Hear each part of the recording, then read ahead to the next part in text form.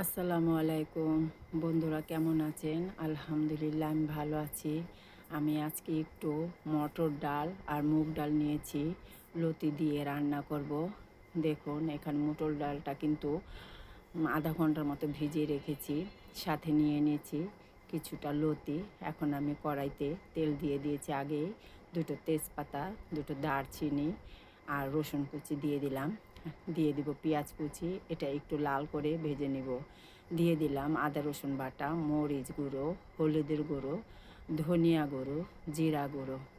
এখন একটু পানি দিয়ে ভালো করে মশলাটা কষিয়ে নিতে হবে।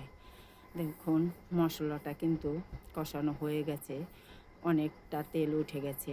এখন এখানে দিয়ে দিব ডালগুলো ভিজিয়ে রাখা, আর সাথে কিন্তু কাঁচামরিচও দিব।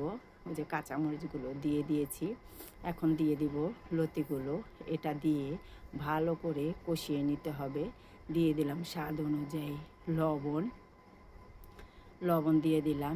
এখন এটা ভালো করে আবারও কষিয়ে নিতে হবে যাতে তেলটা উঠে যায়। দেখুন কত সুন্দর হয়েছে, তেলটা কিন্তু উঠে গেছে, কষানো হয়ে গেছে। এখন পরিমাণ মতন পানি দিয়ে দিব। পানিটা দিয়ে দিলাম পরিমাণ মতন। ডালটা সিদ্ধ হতে হবে, মটর ডাল আর হচ্ছে মুগ ডালটা একটু সিদ্ধ হতে সময় লাগে।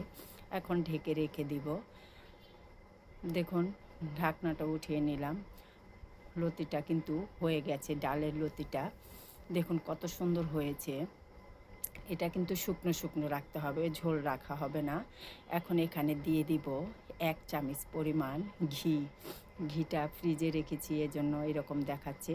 ঘিটা দিয়ে আবারও ভালো করে নেড়ে চেড়ে নিতে হবে। দেখুন চতুর্দিকে তেল উঠে গেছে, আর ঘিয়ের যে একটা ফ্লেভার খুবই সুন্দর। তাই এখন আমার রান্নাটা হয়ে গেছে, এখন আমি নামিয়ে নিব, সার্ভ করে নিব। দেখুন আমি নামিয়ে নিচ্ছি, কত সুন্দর দেখাচ্ছে, মানে অসাধারণ। আর খেতে কিন্তু খুবই টেস্ট লাগে, একবার বানিয়ে হলে খেয়ে দেখবেন।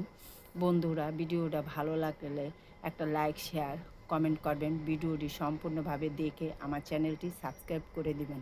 আল্লাহ হাফেজ।